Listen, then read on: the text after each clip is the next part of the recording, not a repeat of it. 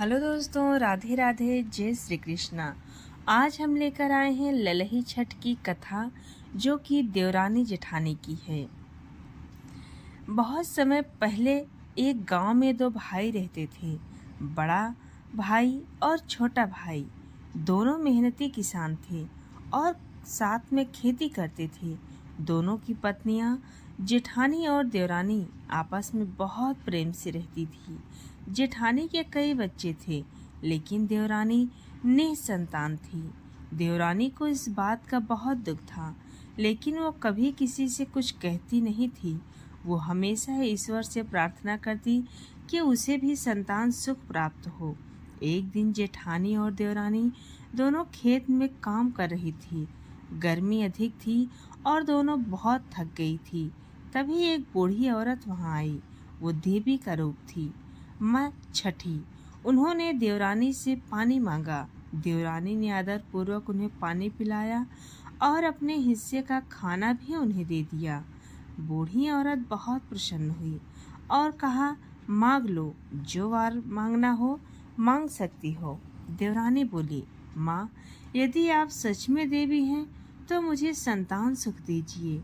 देवी ने वरदान दिया, बेटी, तुम भादो शुक्ल की छठी को व्रत करोगी और मेरी पूजा करोगी तो तुम्हें पुत्र रत्न की प्राप्ति होगी। इतना कह के देवी अंतर ध्यान हो गई। वो दिन गया। देवरानी ने श्रद्धा से व्रत किया, ललही छठ का नियम पालन किया और माँ छठी की पूजा की। कुछ समय बाद उसके एक पुत्र ने जन्म लिया। देवरानी और उसका पति बहुत खुश हुआ। उन्होंने बच्चे का नाम लालू रखा और उसको बहुत प्यार से पालन पोषण करने लगे। परंतु एक दिन वो बच्चा अचानक गायब हो गया। पूरे गांव में खोजबीन हुई, लेकिन बच्चा नहीं मिला। देवरानी दुख में डूब गई। वो रोती रहती और भगवान से प्रार्थना करती। गांव में बात फैल गई कि देवरानी झूठ बोल रही है। जेठानी ने भी कहना शुरू कर दिया, बिना संतान के वो पागल हो गई है। कहती है बच्चा था, जबकि किसी ने देखा नहीं। देवरानी और अपमानित हुई। वो रोती रोती गांव के बाहर पीपल के पेड़ के नीचे चली गई और वहां बैठकर भगवान से प्रार्थना करने लगी। तभी माँ छठी फिर से प्रकट हुई।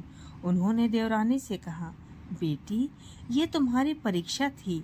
तुमने पूरे विश्वास और श्रद्धा से मेरा व्रत किया, इसीलिए मैं तुम्हारी संतान को लौटा रही हूँ। अचानक पेड़ के पीछे से एक रोता हुआ बच्चा निकलकर माँ की गोद में आ गया। वही लालू। देवरानी की खुशी का ठिकाना नहीं रहा। उसने माँ छठी को धन्यवाद दिया और प्रतिज्ञा की कि वो हर साल श्रद्धा से ललही छठ का व्रत करेगी। जब जेठानी और गांव वालों ने ये चमत्कार देखा तो वे भी हैरान रह गए। जेठानी को अपनी गलती का एहसास हुआ और उसने देवरानी से क्षमा मांगी।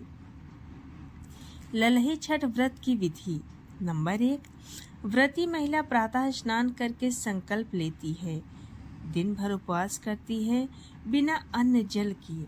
संध्या को गाय के गोबर से चौका बनाकर उस पर माँ छठी की पूजा करती है।